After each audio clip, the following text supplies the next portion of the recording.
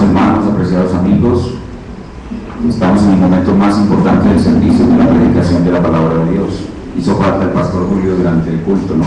Cuando él no está, las cosas no salen bien. Pero bueno, vamos ahora a la predicación de la palabra del Señor. Y continuamos con nuestros estudios acerca de las doctrinas de la gracia. ¿Qué son las doctrinas de la gracia? Las doctrinas de la gracia son 5 doctrinas claves que cuando las presentamos juntas nos permiten observar de una manera especial, puntual, muy particular, la depravación humana. A través de estas doctrinas entendemos cuál es el verdadero estado del ser humano. Y vemos a partir de ahí a un Dios lleno de gracia, lleno de amor, pero un Dios soberano. También vemos a Cristo como un poderoso Salvador. Y hoy vamos a ver cómo, ante el llamado que el Padre hace, el Espíritu Santo entra en escena, trayendo a los pecadores a salvación de una manera eficaz. Las doctrinas de la gracia son un resumen de la doctrina de salvación que enseña la Biblia y son el verdadero evangelio de la gracia de Dios que está perdido en nuestros días. ¿Cuáles son las doctrinas de la gracia? Las doctrinas de la gracia son 5. Depravación total, elección incondicional, expiación limitada, llamamiento eficaz y perseverancia final de los santos. Ya comenzamos a estudiar estas doctrinas y hemos visto 3 de ellas. Ya vimos la depravación total humana. En Romanos capítulo 3, del 9 al 20, vimos cómo el Espíritu Santo hace una acusación a toda la raza humana. La acusa de estar depravada. Y presenta 7 características de depravación total y universal. No hay justo ni aún uno. No hay quien entienda, no hay quien busque a Dios, no hay quien haga lo bueno, no hay ni siquiera uno. Y esas 7 características nosotros las resumíamos en una sola palabra. El hombre por su depravación está muerto, totalmente incapaz de volverse a sí mismo a Dios, totalmente incapaz de hacer algo bueno para alcanzar el favor de Dios. Siendo tal la condición del hombre, solo la gracia de Dios puede salvar. Y decíamos, sola gracia. Pero ¿cómo comienza Dios a actuar en la salvación de este hombre depravado? Dios comienza a actuar desde antes de la fundación del mundo con una elección incondicional, que ya también estudiamos en Romanos 8:28 a 9:24. Se llama elección incondicional porque Dios no ve absolutamente nada en la criatura que lo mueva a elegirlo. Es una elección del puro afecto de su voluntad. Dios salva entonces solamente a los que Él ha elegido, y para salvarlos envía a su Hijo a morir en una cruz por ellos y solamente por ellos. Ya vimos la semana pasada que, contrario a la creencia generalizada en el cristianismo de que Cristo murió por toda la humanidad, las iglesias históricas, antiguas o reformadas, enseñamos que Cristo no murió por toda la humanidad, sino por un grupo dentro de esa humanidad que la Biblia llama su pueblo, sus ovejas, su esposa, sus elegidos, los que el Padre le dio. Murió en una obra de expiación, es decir, murió como un sustituto de aquellos que el Padre le dio, y murió para expiar y salvarlos eficazmente. Y por eso llamamos a esta doctrina expiación limitada o sacrificio eficaz. En esa cruz ya toda la obra, hermano, pues el sonido se escucha mal el sonido, ¿verdad? Vale la pena hacer la pausa porque en otras ocasiones me han dicho las personas que se distraen cuando el sonido no está funcionando bien. Ya toda esa obra de salvación quedó realizada en la cruz. Ya toda esa obra de salvación está completa en la cruz. Pero ahora entra en escena el Espíritu Santo, que es la tercera persona de la Trinidad, la cual toma esa obra perfecta hecha por Cristo y la aplica al creyente. Y en el momento preciso, seleccionado por el Padre llama al que Él ha escogido y el Espíritu Santo lo regenera, trayéndolo a una nueva vida. Y eso es lo que llamamos llamamiento eficaz, o en otras palabras, gracia irresistible. Llamamiento eficaz o gracia irresistible. La palabra llamamiento es muy clara. Dios llama, y por eso hoy en el culto todos los himnos que cantamos eran: a Jesucristo ven sin tardar, busca a Dios, entre tanto tengas vida, busca a Dios. Dios llama, esa es la palabra llamamiento. Pero la palabra eficaz nos muestra que hay una forma de ese llamamiento de Dios que no puede ser rechazado, que va a cumplir eficazmente lo que hay detrás de ese llamamiento, y es el propósito de Dios de salvar a quien Él llama. Como dice la Escritura, mi palabra que sale de mi boca no volverá a mí vacía, sino hará todo aquello para lo cual la envié, y será prosperada en todo lo que yo quiero. Isaías 55:11, y en otro lugar dice: tu pueblo se te ofrecerá a ti voluntariamente en el día de tu poder. Y eso es lo que llamamos llamamiento eficaz o gracia irresistible. La Biblia enseña esta doctrina por todas partes, desde Génesis hasta Apocalipsis. Pero hoy vamos a exponer solamente un pasaje. Vamos a leer ese pasaje, vamos a explicar ese pasaje y luego vamos a aplicarlo a nuestras vidas. Es decir, vamos a exponer, vamos a predicar expositivamente. Ese pasaje es Primera a los Tesalonicenses, capítulo 1, versículos del 1 al 11. Vayan allá conmigo, por favor. Primera a Tesalonicenses, capítulo 1, versículos del 1 al 11. Perdón, del 1 al 10, gracias. Primera Tesalonicenses, capítulo 1, versículos del 1 al 10. Vamos a ubicarnos todos allí y vamos a leer la palabra de Dios. Apreciados amigos que nos visitan, amados hermanos, esto es la palabra de Dios. Pablo, Silvano y Timoteo, a la iglesia de los tesalonicenses, en Dios Padre y en el Señor Jesucristo, gracia y paz sean a vosotros, de Dios nuestro Padre y del Señor Jesucristo. Damos siempre gracias a Dios por todos vosotros, haciendo memoria de vosotros en nuestras oraciones, acordándonos sin cesar delante del Dios y Padre nuestro de la obra de vuestra fe, del trabajo de vuestro amor y de vuestra constancia en la esperanza en nuestro Señor Jesucristo. Porque conocemos, hermanos amados de Dios, vuestra elección. Pues nuestro Evangelio no llegó a vosotros en palabras solamente, sino también en poder, en el Espíritu Santo y en plena certidumbre. Como bien sabéis, cuáles fuimos entre vosotros por amor de vosotros. Y vosotros vinisteis a ser imitadores de nosotros y del Señor, recibiendo la palabra en medio de gran tribulación con gozo del Espíritu Santo, de tal manera que habéis sido ejemplo a todos los de Macedonia y de Acaya que han creído. Porque partiendo de vosotros ha sido divulgada la palabra del Señor, no solo en Macedonia y Acaya, sino que también en todo lugar vuestra fe en Dios se ha extendido, de modo que nosotros no tenemos necesidad de hablar nada, porque ellos mismos cuentan de nosotros la manera en que nos recibisteis y cómo os convertisteis de los ídolos a Dios, para servir al Dios vivo y verdadero, y esperar de los cielos a su Hijo, el cual resucitó de los muertos, a Jesús, quien nos libra de la ira venida. Habiendo leído la palabra de Dios, es conveniente que vamos al trono de Dios suplicando ayuda en el ejercicio de predicación y audición de la palabra. Vamos a orar brevemente. Espíritu Santo del Dios Trino, sabemos que tu presencia especial está entre nosotros.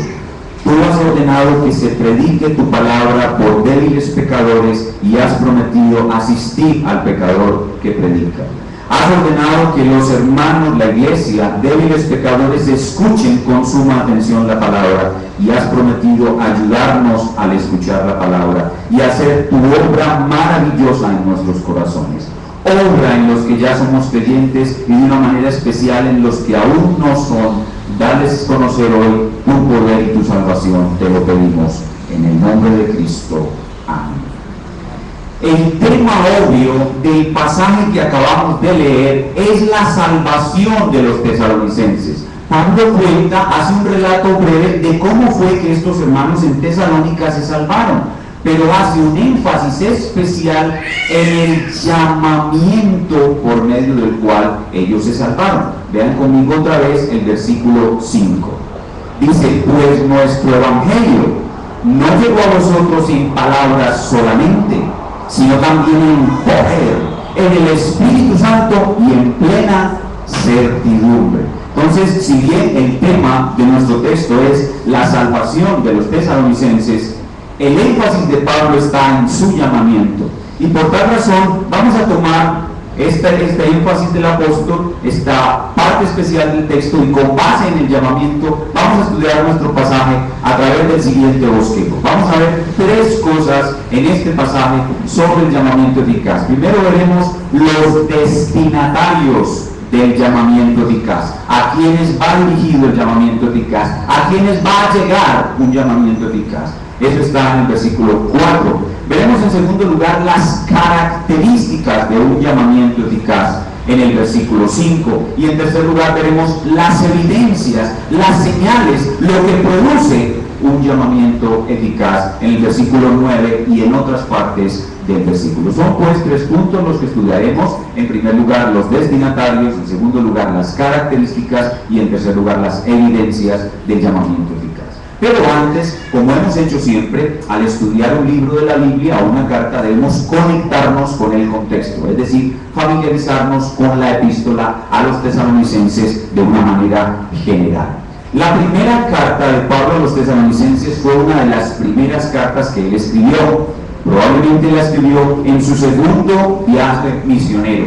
Y la razón por la cual escribió esta carta es que él estaba muy angustiado por la iglesia bebé que había nacido en Tesalónica. Él predicó el evangelio, como él dice aquí, a los tesalonicenses con poder, y muchos se convirtieron, pero fue perseguido y pronto tuvo que huir de Tesalónica y dejar esa iglesia bebé casi solita. Entonces, como pastor, con su amor pastoral, Pablo llega a Atenas y no aguanta más las ganas de saber cómo están a los tesalonicenses, sus amados. Entonces envía una comisión y él se queda solo en Atenas para saber cómo está la amada iglesia de Tesalónica. Regresan los mensajeros y le dicen: Pablo, la iglesia verdaderamente sigue firme y nos ama. Entonces él, agradecido y amando al Señor, escribe la primera carta a los tesalonicenses. Le cuentan que están un poquito preocupados porque los cristianos, algunos de ellos, habían muerto. ¿Qué pasó con los que se murieron de entre nosotros, Pablo? Entonces él en la carta les escribe sobre la esperanza de la resurrección y aclara sus dudas con respecto a esa doctrina. Y allí está la centralidad del contenido de nuestra carta. Pero en medio de esa emoción, Pablo está tan alegre de haber visto una verdadera conversión, un verdadero llamamiento para los tesalonicenses, que al comenzar su carta hace énfasis en cómo fueron llamados, y de allí es que podemos aprovechar muy bien esta porción para entender el tema del llamamiento eficaz. Habiéndonos familiarizado pues con la carta, veamos en primer lugar quiénes son los destinatarios de un llamamiento eficaz. Y eso lo vemos clarito en el versículo 4. Dice el versículo 4: porque conocemos, Pablo dice, conocemos, con la seguridad de uno que está escribiendo bajo la inspiración del Espíritu Santo. Pablo dice: conocemos. Hermanos, los llama hermanos porque sabe que son sus hermanos en Cristo. Y ahora dice dos cosas de estos hermanos que los identifica como los receptores de un llamamiento eficaz. Estos hermanos de Tesalónica son dos cosas: uno, amados de Dios, y dos, elegidos. Son amados de Dios y elegidos. ¿Quiénes son entonces aquellos que en un momento de su vida van van a recibir invariablemente un llamamiento eficaz los que son amados de Dios y elegidos. Y estas dos cosas, si ustedes si pusieron buena atención a los sermones anteriores, estas dos cosas, el ser amado de Dios y elegido, forman parte de una cadena que ya vimos. Ya vimos una cadena que se llama la cadena de oro de la salvación.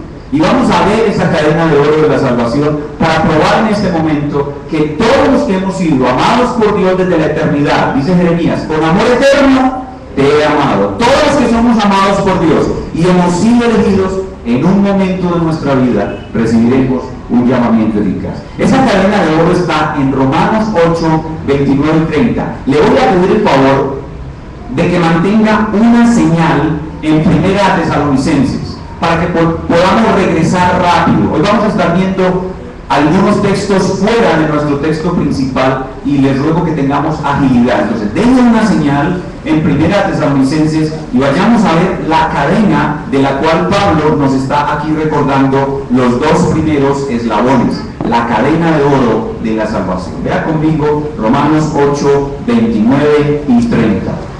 Romanos 8, 29 y 30.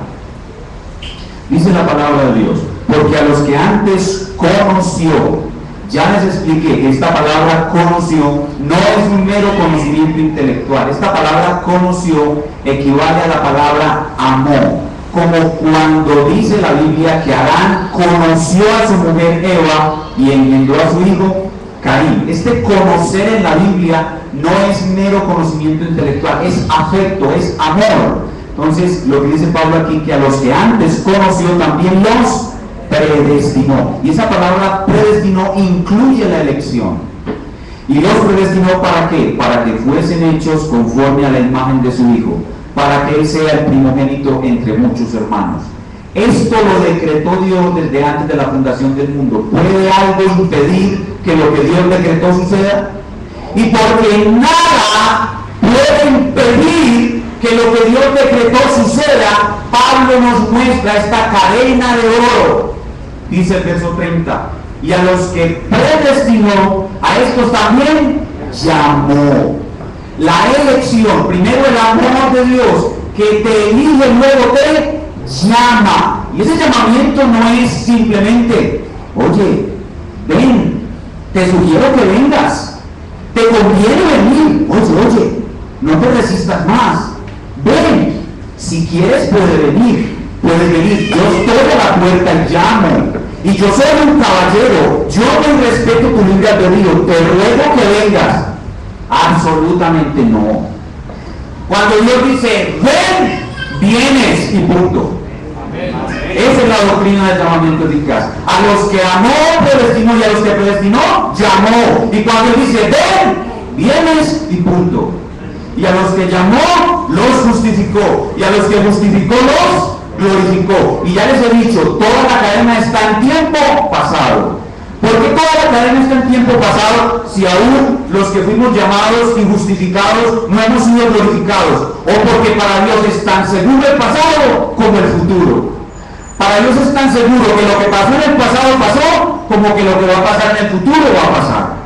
La cadena es irrompible y absolutamente segura. Entonces, ¿quiénes son los destinatarios de un llamamiento eficaz? Nuestro texto lo dice claramente: los que son amados y elegidos de Dios.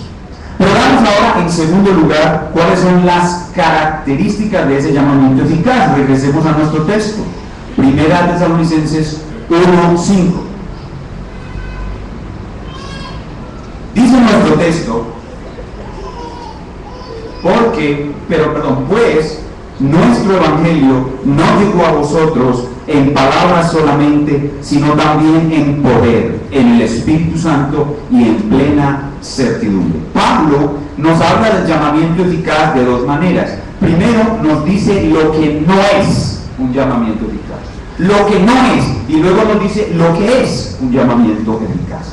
Lo primero que Pablo nos muestra es que el llamamiento eficaz no son palabras solamente. Vea la primera frase del texto: pues nuestro evangelio no llegó a vosotros en palabras solamente. Hay un llamamiento que son palabras solamente. Palabras que se lleva el viento, palabras que la persona que recibe está en su facultad, en su potestad de aceptarlas o rechazarlas. Palabras que no producen ningún cambio, palabras que pueden ser oídas y menospreciadas. Hay un llamamiento que no es eficaz, hay un llamamiento que es general, hay un llamamiento que Dios hace a todos los seres humanos por igual, un llamamiento universal, un llamamiento general, un llamamiento sin poder, un llamamiento en palabras solamente, un llamamiento que puede ser resistido. Eso es lo que Pablo quiere decir cuando habla de un llamamiento solamente en palabras, un llamamiento que el gran mártir de la iglesia, Esteban, entendió muy bien cuando sus verdugos estaban dándole muerte. Vaya conmigo a Hechos capítulo 7. De nuevo, deje una señal en nuestro texto para regresar rápido a él. Vamos a ver al gran Esteban hablándonos de un llamamiento que puede ser resistido y cuál es la razón por que los hombres resisten este llamamiento común o general. Hechos capítulo 7, verso 51. Los verdugos de Esteban arrojaban sus piedras mortíferas contra él y en medio de su agonía, lleno del Espíritu Santo, él acusa a sus verdugos de ser hombres, verso 51, duros de cerviz e incircuncisos de corazón y de oídos. Vosotros resistís siempre al Espíritu Santo, como vuestros padres, así también vosotros. Esteban acertadamente nos muestra la razón por la cual el llamamiento puede ser solamente en palabras, y es que toda la raza humana somos duros de cerviz. No vamos a doblar nuestro cuello fácilmente. Somos incircuncisos de corazón, tenemos un corazón de piedra, y por tanto cuando Dios nos llama de esta manera general, las palabras no entran en la piedra. Las palabras rebotan de la piedra, porque el corazón del hombre es de piedra. Para que el llamamiento sea eficaz, Dios tiene que doblegar la cerviz y cambiar el corazón de piedra en un corazón de carne. Hay que circuncidar el corazón. De lo contrario, los hombres, como dice Esteban, van a resistir al Espíritu Santo, van a resistir el llamamiento. Entonces tenemos claramente un llamamiento que es resistible, un llamamiento que es general, que es universal, que es común. Y por eso la palabra de Dios dice, muchos son llamados, pocos son escogidos. ¿Quiénes son esos muchos que son llamados? Aquellos que experimentan un llamamiento general que puede ser resistido. Pero hay pocos que son escogidos. Es decir, ya dijimos que el escogido invariablemente recibirá un llamamiento eficaz. Entonces lo que el texto quiere decir es, muchos son llamados, esos muchos recibirán un llamamiento general, esos muchos van a rechazar el llamamiento, pero hay unos pocos escogidos a los cuales les vendrá un llamamiento eficaz que no podrán resistir. Ese llamamiento invariablemente los traerá al Señor Jesucristo. Y eso nos lleva entonces a examinar ahora lo que sí es un llamamiento eficaz. Ya vemos lo que no es un llamamiento eficaz. No son palabras solamente, son palabras con poder. Y ahora veamos cómo es el llamamiento eficaz. Y nuestro texto en el verso 4, regresamos a 1 Tesalonicenses, perdón, el verso 5. En el verso 5 nos da 4 características del llamamiento eficaz. El llamamiento eficaz, dice el versículo 5, pues nuestro evangelio, número 1, no llegó a vosotros en palabras solamente, sino también en poder, número 2, en el Espíritu Santo, número 3, y en plena certidumbre, número 4. Hay 4 características que distinguen al llamamiento eficaz. En primer lugar, Pablo dice que un llamamiento eficaz se produce cuando los pecadores escuchan nuestro evangelio. Y la palabra nuestro, ¿a quién se refiere? ¿Es el evangelio de quién? Cuando Pablo dice nuestro, se refiere al evangelio de los apóstoles, el evangelio apostólico. Hermanos, el llamamiento eficaz se produce cuando tú predicas el verdadero evangelio apostólico. Dice la palabra de Dios que Él, de su voluntad, nos hizo renacer por la palabra viva para que seamos primicias de sus criaturas. Si no predicamos el evangelio apostólico, no se va a producir un llamamiento eficaz, sino un llamamiento falso que llenará la iglesia de falsos positivos. La predicación de nuestros días no es el evangelio apostólico. En nuestros días, en la gran mayoría de las iglesias grandes de nuestros días, a las gentes se les llama de esta manera, se les dice: ¿tiene usted problemas en el hogar? Venga a Cristo, que Cristo va a solucionar sus problemas. ¿Tiene usted una enfermedad cancerosa? Venga a Cristo, que Dios le va a sanar. ¿Tiene usted un hijo con problemas de drogadicción? Venga a Cristo. Se presenta a Cristo como una hada madrina que soluciona todos los problemas. Las personas atraídas por su necesidad, no por la necesidad de ser salvados de sus pecados, sino por sus necesidades en este mundo, van a un Cristo falso que es una hada madrina que soluciona con su varita mágica todos los problemas, y por eso la iglesia se llena de falsos positivos. Detrás de un llamamiento que se predica a Cristo como una hada madrina, no hay salvación eficaz. Para que haya salvación eficaz se debe predicar el evangelio apostólico, dice Pablo, nuestro evangelio. El evangelio que incluye la ley, es decir, decirle al pecador en qué condición real está. Si el pecador no se ve a sí mismo como un pecador perdido, no va a querer a Cristo como un salvador. Lo va a querer como una hada madrina, pero no como un salvador. Entonces el llamamiento eficaz tiene que ver primero que todo con el evangelio apostólico.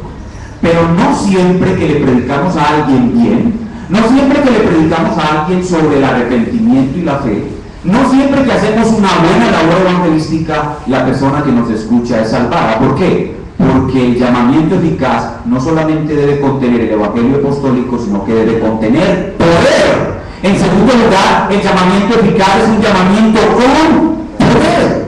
Pablo lo dice claramente. Lo que Pablo nos quiere decir aquí cuando dice que nuestro evangelio no llegó a vosotros en palabras solamente, sino también en poder, lo que Pablo quiere decir es que cuando él les estaba predicando, él sintió el poder que salía de su predicación. ¿Y por qué Pablo sabía que poder salía de su predicación? O porque todos los que escuchaban se estaban convirtiendo. De un momento a otro empezaron a ser transformados, y Pablo vio la acción de ese poder que salía de él. No salían solo palabras, salía poder. Y ese poder transformó a muchos de estos hombres tesalonicenses. A otros no. A otros lo que hizo fue llenarlos de furia para que lo persiguieran para matarlo. Pero a muchos el poder los transformó. Los hizo entender realmente que Pablo era un verdadero siervo de Dios y que lo que estaban escuchando era verdaderamente la palabra de Dios. Porque el poder produce una transformación en el alma, y esa alma es llevada eficaz e irresistiblemente a la salvación. Y algunas personas, cuando nos escuchan a nosotros predicar esto, dicen algo como esto: dicen que nosotros, los históricos o reformados del cristianismo, predicamos que Dios, contra la voluntad de los hombres, coge a los hombres de las orejas y chapaleando los entra contra su voluntad al reino de Dios. Que eso es lo que enseñamos cuando hablamos de una gracia irresistible, de un llamamiento eficaz. No, lo que nosotros enseñamos es que cuando se predica con poder, ese pecador que no quiere entrar, ahora quiere entrar, y él viene voluntariamente, no obligado, chapaleando. No, él viene voluntariamente, es más, desea entrar, desea. ¿Qué debemos hacer para ser salvos? Le dijeron a Pedro los asesinos de Cristo. El poder actuó en esas personas. Vamos a ver ese poder actuando no solamente en los tesalonicenses, sino en una egregia dama de la iglesia del primer siglo. Vamos a Hechos capítulo 16. En esta ocasión Pablo está en Filipos, en la ciudad de Filipos, y hay un grupo de oración de damas judías, un té de damas al lado del río. Y esas damas que se reúnen para un té de damas reciben la visita de nada más ni nada menos que del apóstol Pablo. Y miren lo que sucede, Hechos 16, 14 y 15. Entonces, una mujer llamada Lidia, vendedora de púrpura de la ciudad de Tiatira, que adoraba a Dios, estaba oyendo. Y el Señor abrió el corazón de ella para que estuviese atenta a lo que Pablo decía. ¿Y qué pasó? Y cuando fue bautizada y su familia nos rogó diciendo: si habéis juzgado que yo sea fiel al Señor, entrad en mi casa y posad, y nos obligó a quedarnos. ¿Qué pasó en el corazón de Lidia? El poder de Dios actuó transformando su corazón. Las demás también estaban poniendo cuidado, pero la palabra de Dios dice que Dios hizo que ella pusiera especial cuidado. Y escuchó la palabra con poder que no actúa en las demás. Las demás damas se fueron por lo menos criticando a Pablo por enseñar cosas que no son de la fe judía. Pero esta mujer quedó convencida porque el poder de Dios le mostró que aquel que Pablo predicaba era el Mesías de Israel. Pero una evidencia mucho más clara de ese poder que actúa en el llamamiento eficaz la tenemos en el mismo Pablo. Nuestros hermanos que no tienen esta fe dicen que el Espíritu Santo es un caballero y que Él está ahí medio tímido en la puerta de tu corazón tocando y te dice: ay, Juanito, ábreme, ¿por qué te tardas tanto para abrirme? Mira que te vas a ir al infierno, Juanito, ábreme. Y que el Espíritu Santo no hace nada en el hombre hasta que el hombre mismo le abra la puerta. Bueno, el apóstol Pablo no es un ejemplo de eso. El Espíritu Santo no estaba en la puerta del corazón de Saulo y estaba diciéndole: Saulito, Saulito, ábreme, Saulito. No. El tipo iba para Damasco a matar a los cristianos y de un momento a otro, ¡suas!, al suelo. Y ahí quedó. Y ahí quedó. Y se levantó diciendo que: ay, ¿por qué me hiciste esto? No. Señor, ¿qué quieres que yo haga? No es tan caballero el Espíritu Santo como dicen nuestros hermanos. Dios obró en Pablo un llamamiento eficaz por la obra de su poder.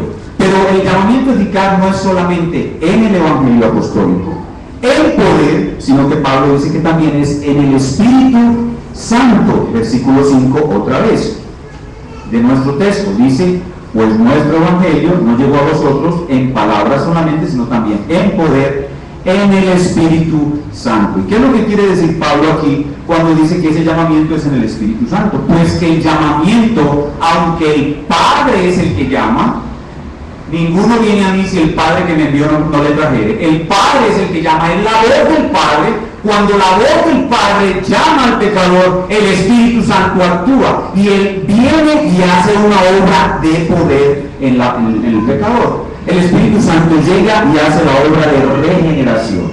El poder y la presencia del Espíritu Santo son inseparables.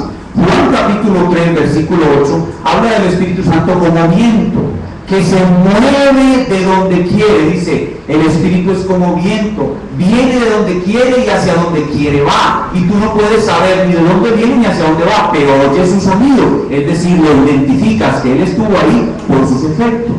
Los efectos que Él produce, y Él actúa soberanamente. Y cuando estuvo en el grupo de oración del río, donde las damas se reunían a tomar té, solo tocó y besó el corazón de Lidia.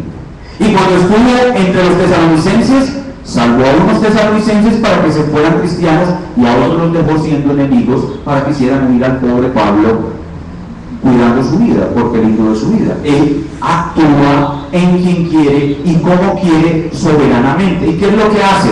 Convence al pecador de sus pecados, lo convence de la justicia de Dios en Cristo y del juicio que ha de venir. Y entonces el pecador, así transformado, viene a Cristo voluntariamente.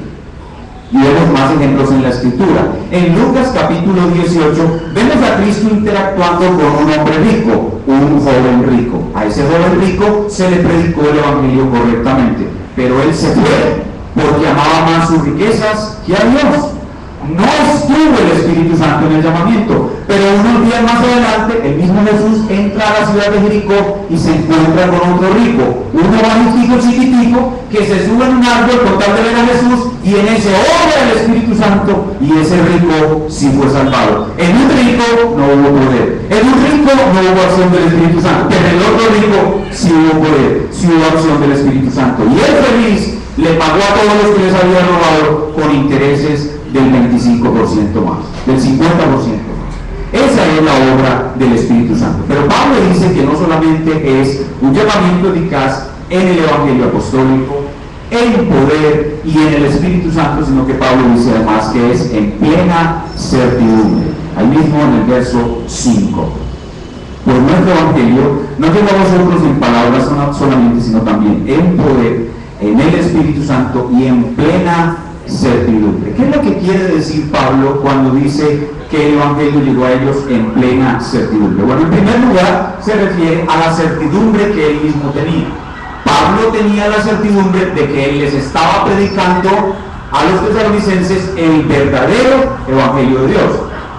Pero cuando ese Evangelio fue acompañado de poder y los tesalonicenses fueron transformados, ellos también tuvieron la certidumbre de dos cosas: de que Pablo era un verdadero enviado del único Dios vivo y verdadero, y que lo que Pablo estaba predicando era en efecto la palabra del Dios vivo y verdadero. Y esa es la razón por la cual muchas veces cuando uno va a predicar a una casa, uno está reunido con las personas de una familia y hay 5 personas, está el papá, la mamá y los hijos, y uno predica y se convierte uno de los hijos y el que se convirtió dice: ¡ay, tan lindo el pastor! Y los demás dicen: ese es un ladrón que vive de los diezmos. Eso es lo que sucede, porque Dios cambia a la persona que se convierte. Vean la certidumbre que Pablo habla en los tesalonicenses en el capítulo 2, versículo 13. Primera Tesalonicenses 2:13. ¿Cuál es la certidumbre? Primero la certidumbre de Pablo, pero luego también la certidumbre de ellos al ser transformados. Dice: por lo cual también nosotros, sin cesar, damos gracias a Dios de que cuando recibisteis la palabra de Dios, que oísteis de nosotros, mira, ahí está la certidumbre de Pablo de que él es un predicador de la palabra de Dios, ahora la de ellos, la recibisteis no como palabra de hombres, sino según es en verdad la palabra de Dios, la cual actúa en vosotros los creyentes. Esa es la plena certidumbre que hay en el creyente cuando recibe un llamamiento con poder. ¿Y por qué se produce esa certidumbre? La certidumbre se produce por lo que decíamos hace un momento. Aquí está el alma muerta y en tinieblas del pecador que no conoce a Dios. Aquí está el predicador hablando. Cuando el predicador ungido está hablando, las palabras del predicador llegan a los oídos de esta pobre alma muerta. En esas palabras va el Espíritu Santo y el poder de Dios, y cuando esas palabras tocan el alma muerta, en estas palabras está el llamamiento. Cuando las palabras tocan el alma muerta, inmediatamente se produce la regeneración.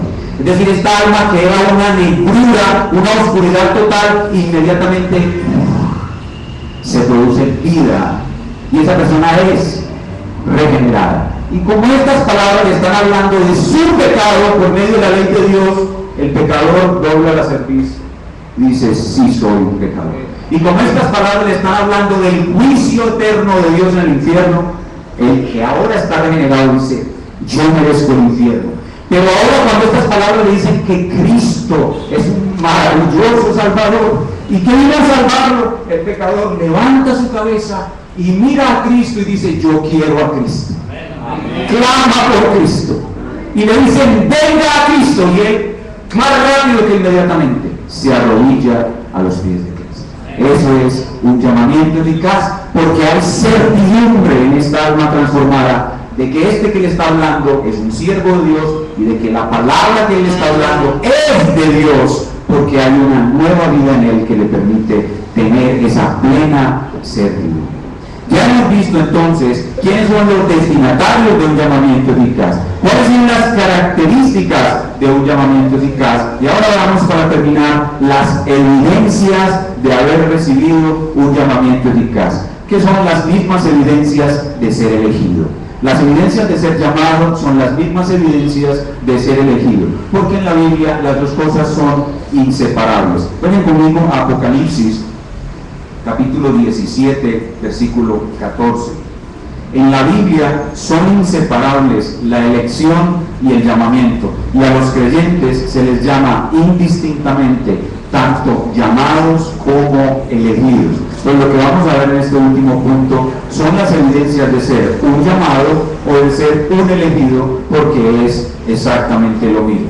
Apocalipsis 17:14 dice: pelearán contra el Cordero, estos son los enemigos de Cristo, y el Cordero los vencerá, porque Él es Señor de señores y Rey de reyes, y los que están con Él son llamados y elegidos y fieles.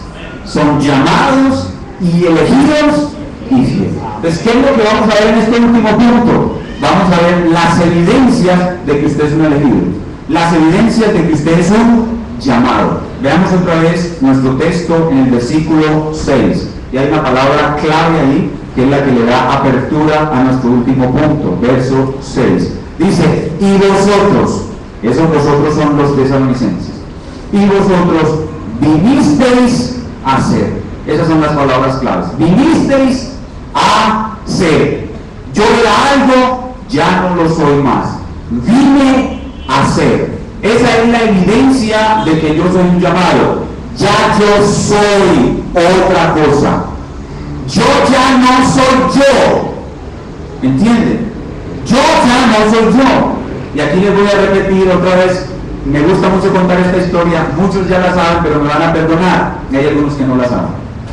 Cuando se convirtió el gran hombre del pasado, Agustín de Ponte, y Hipona, San Agustín, cuentan que días posteriores a su conversión salió a la plaza de su pueblo a recorrer la ciudad, y estando caminando en la plaza, una de sus amantes lo vio en la distancia. Cuando lo vio, comenzó a acercarse a él, y él comenzó a alejarse de ella.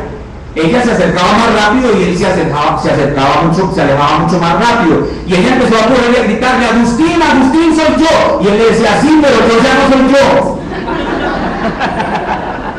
Eso es llamamiento eficaz. Yo vengo a ser otro, yo ya no soy yo. Y por eso es que su mamá no lo reconoce, ni su papá lo reconoce a usted, porque usted es otra persona. Usted ya no es usted. ¿Y cuáles son las evidencias de que usted ya no es usted? Tres cosas. Primero, usted se convierte en un imitador de Cristo, desertor de los ídolos y esclavo en el reino de Dios. Son tres cosas. Usted se convierte en un imitador de Cristo, en un desertor de los ídolos, que eso es lo que más le choca a su familia, que usted traiciona la religión de sus padres, y en un obrero esclavo del reino de Dios. Veamos en primer lugar que cuando usted recibe un llamamiento eficaz, la primera evidencia es que usted es un imitador de Cristo. Verso 6. Y vosotros vinisteis a ser imitadores de nosotros, de los apóstoles y del Señor. Entonces nos convertimos en imitadores del Señor. Pero ¿cuáles son las cosas que en el contexto nos quiere decir Pablo que nos convertimos en imitadores del Señor? Son las cosas relacionadas con el sufrimiento. Cuando usted no conocía a Dios, cuando usted nunca había sido llamado eficazmente, usted por nada de esta vida estaría dispuesto a sufrir por Dios. Usted lo único que le interesa es su bienestar en esta vida, y usted no estaría dispuesto a sufrir nada por Dios. Pero cuando usted recibe un llamamiento eficaz, usted se convierte en un imitador de Cristo. Cristo dejó todos sus privilegios y su gloria en el trono celestial y se humilló. Bueno, usted también está dispuesto a humillarse. Cuando usted recibe a Cristo, un llamamiento eficaz, usted está dispuesto a humillarse. De hecho, a usted lo humilla todo el día, todos los días. Y usted agacha la cabeza y ora por los pobrecitos que le dicen a usted que es pobrecito, que está enajenado y que le han lavado el cerebro en esa religión donde el pastor vive de los diezmos. Y se burlan de usted. Pero usted está dispuesto a sufrir.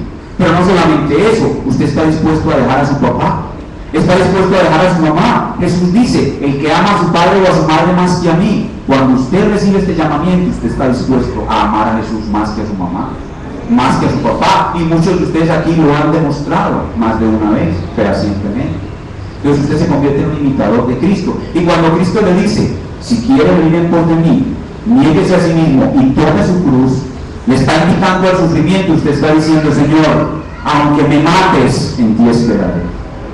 Usted se convierte en un imitador de Cristo. Y también es imitador de Cristo porque Él, Cristo, perseveró hasta el final obedeciendo al Padre y cumplió toda la obra del Padre. Y usted es un imitador de Cristo porque en usted está el propósito también de llegar hasta el final. Y eso lo veremos en la siguiente doctrina, que los que somos llamados, somos elegidos, somos fieles, vamos a permanecer hasta el final. Y no por nuestra fuerza, sino porque Él persevera guardándonos hasta el final. Entonces usted se convierte en un imitador de Cristo en sus sufrimientos, en su servicio. Pero no solamente usted se convierte en un imitador de Cristo, usted se convierte en un desertor de los ídolos. En un desertor de los ídolos. Vea conmigo el versículo 9. Porque ellos mismos cuentan de nosotros la manera en que nos recibiste y cómo os convertisteis de los ídolos a Dios. Antes de recibir un llamamiento eficaz, usted adoraba a muchos ídolos. Usted tenía muchos ídolos, algunos eran de yeso y de madera o de metal, pero la mayoría de sus ídolos eran en su propio corazón. El principal ídolo era usted mismo.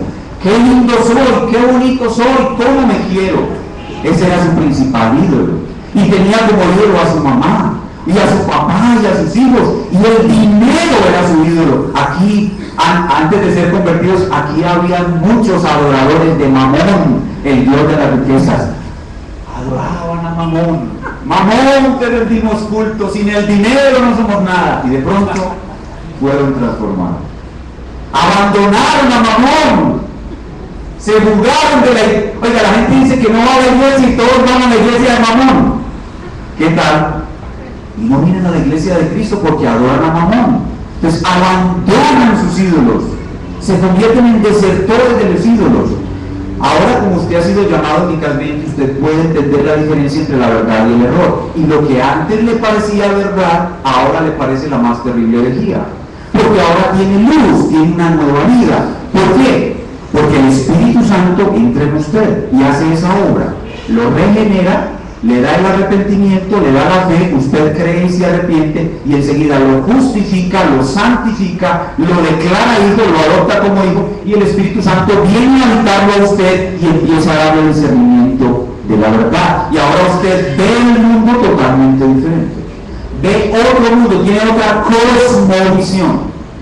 Y por esa razón usted abandona los ídolos, abandona toda mentira y ahora camina en la senda de la verdad. Y entonces los que somos cristianos nos alegramos con usted y le decimos bienvenido hermano al reino de Dios. Pero su familia y sus amigos le dicen, se enloqueció, te lavaron el cerebro, te perdimos, te ganaron esos evangélicos.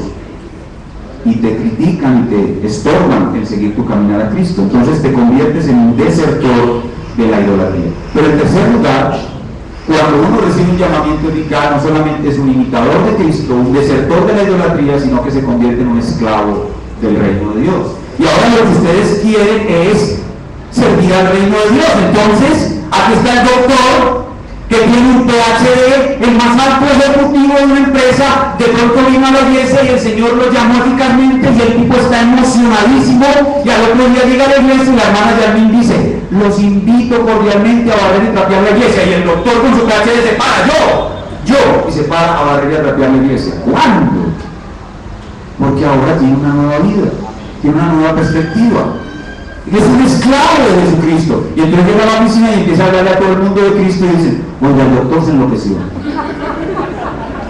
O como algunas hermanas, algunas de ustedes antes de convertirse eran impotables y en las oficinas no se las tragaba nadie. Y de pronto llegan sonriendo y cariñosas y amando a todo el mundo y todo el mundo, ¿qué le pasó a esta vida? Es así que les ha sucedido, ¿verdad? Así sucede. Ahora ustedes quieren con amor tratar a esas personas, llevarlos al reino de Cristo, y son amables y amorosas, y sus compañeros de trabajo no lo pueden creer.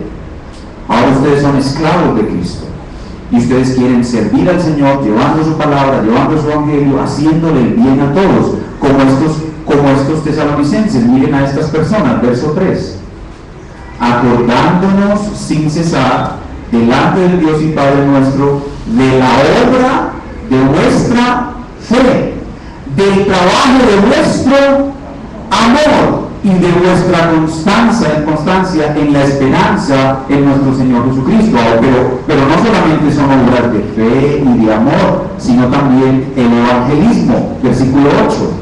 Porque partiendo de vosotros ha sido divulgada la palabra de Dios del Señor, no solo en Macedonia y Acaya, sino que también en todo lugar vuestra fe se ha extendido, de modo que nosotros no tenemos necesidad de hablar nada. Es como en esta iglesia. En esta iglesia los pastores no tenemos que evangelizar, ustedes son los que evangelizan a todo el mundo. Mentira, no es así, todos tenemos que evangelizar. Pero es una señal de que uno ha recibido un llamamiento eficaz, que uno no se puede quedar callado. Uno tiene que hablar de Jesús. Esa es una marca distintiva.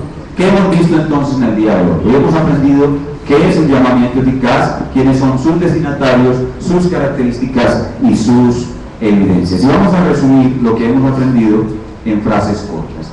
Lo que hemos aprendido hoy es lo siguiente, que hay dos clases de llamamientos. Uno es general, resistible y para muchos. Hay un llamamiento que es general, resistible para muchos, y hay un llamamiento que es particular, eficaz e irresistible, y es solo para los elegidos. En segundo lugar, aprendimos que ese llamamiento viene a través del Evangelio apostólico, que es la correcta predicación de la palabra de Dios la que va a producir el llamamiento eficaz. En tercer lugar, aprendimos que ese llamamiento con el Evangelio apostólico trae poder que regenera a la persona y le da la conversión, la justificación y lo transforma en la imagen de Cristo. Y todo aquel, cuarto y último, que ha sido transformado, da evidencias de ser transformado. No importa dónde esté, puede estar en una iglesia evangélica histórica como esta, puede estar en una iglesia carismática arminiana, puede estar en la iglesia católico-romana, pero si ha recibido un llamamiento eficaz y tiene las marcas de haberlo recibido, es un verdadero siervo del Señor. Terminemos entonces ahora trayendo algunas palabras de aplicación, de una manera práctica. ¿Qué trae a nuestras vidas el estudio que hemos hecho de nuestro pasaje? La primera aplicación que este pasaje nos trae es para todos los que somos miembros de esta iglesia o decimos creer en Jesucristo. Al estudiar este pasaje nosotros debemos preguntarnos, hermanos, ¿hemos recibido un llamamiento en palabras solamente o también en poder?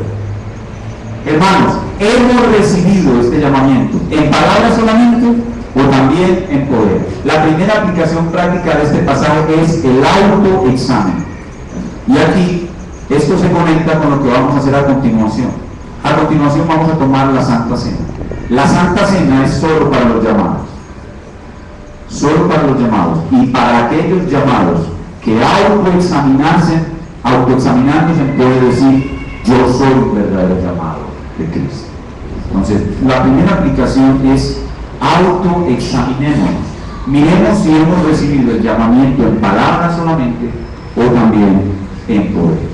Y si llegamos a la conclusión de que hemos sido llamados eficazmente, hermanos, gocémonos y alegrémonos, démosle gloria en la iglesia al Señor, porque Él fue el que nos salvó. La única razón por la cual usted está hoy aquí escuchando la palabra de Dios y va a ser partícipe de la Santa Cena en un momento es solo por Dios.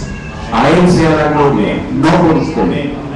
Gócese y alégrese de que el Señor lo amó desde antes de la fundación del mundo, lo eligió y lo llamó eficazmente y para siempre. Nada te va a separar jamás del amor de Cristo. Estás en pacto con Dios, un pacto eterno que no puede ser destruido. O sea que lo que trae después del autoexamen este mensaje es gozo y alegría a los que somos llamados eficazmente.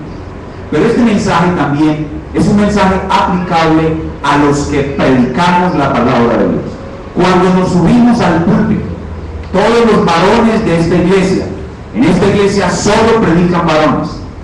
Cuando los varones nos subimos a este púlpito, debemos en humildad, humillados en oración, pedir al Señor que cuando venimos acá a predicar, nuestras palabras tengan poder.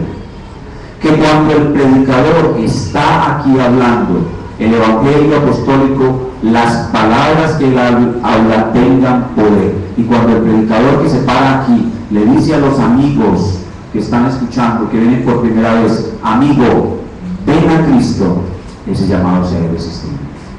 Los predicadores debemos rogar tenazmente al Señor, Señor, que cuando yo me pare en el púlpito, llames eficazmente a los que no te conocen.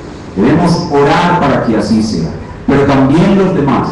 Cuando predicamos el Evangelio en cualquier lugar, en la calle, en la familia, y evangelizamos con la esperanza de que algunos van a ser llamados, debemos pedir al Señor, Señor, danos el hablar tu palabra con poder, y danos el ir a las Lirias, el ir a los saqueos, danos el ir a tus elegidos, a los tesalonicenses, danos el ir a los que verdaderamente has llamado, y que cuando hablemos el Evangelio apostólico, nuestra palabra tenga poder, y veamos la gloria de tu salvación por medio de un miserable pecador como yo. Hermanos, qué misterio tan grande. Quizás algunos de ustedes están aquí porque otra persona que está aquí les habló el Evangelio. Qué cosa tan grande que Dios haya usado a uno de ustedes para hablarle la palabra de Dios a otro y esté aquí. Cuando estén en la gloria los dos, el que habló y el que fue salvado, el que habló va a recibir gloriosas coronas por el hecho de haber hablado la palabra. Así que atrevámonos a hablarle a todo el mundo. Hablemosle a Cristo de esta preciosa salvación y pidamos al Señor, Señor, que cuando yo hable, mis palabras sean para el otro un llamamiento eficaz. Pero tampoco vamos a desanimarnos cuando no vienen. ¿Por qué? Porque sabemos que muchos son llamados y pocos escogidos. Cuando no vengan, la Biblia dice, y leímos ahora, que la palabra de Dios no vuelve nunca vacía. Eso significa que cuando uno habla la palabra de Dios, suceden dos cosas.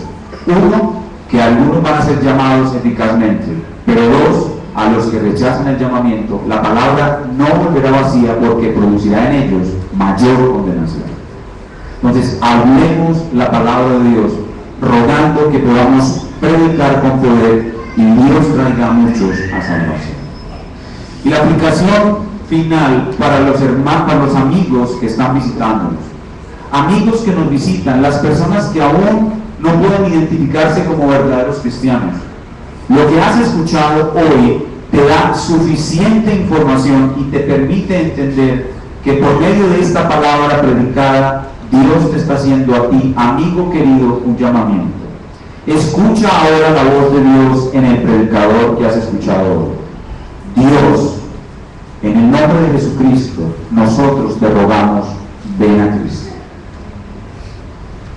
Amigo, ven a Jesús.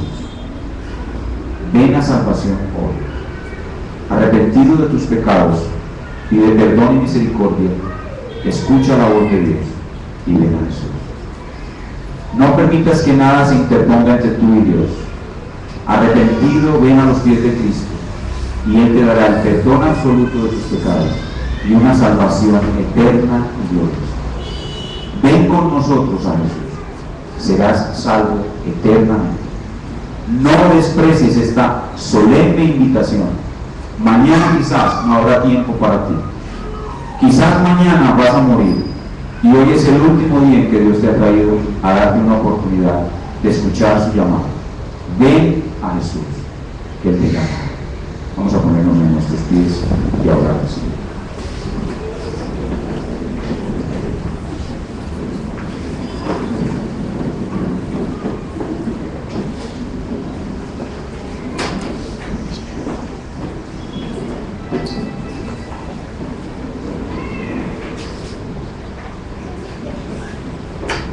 Vamos a repetirles a nuestros queridos amigos el llamamiento de Dios. El hermano que está grabando, por favor, apaga la grabación.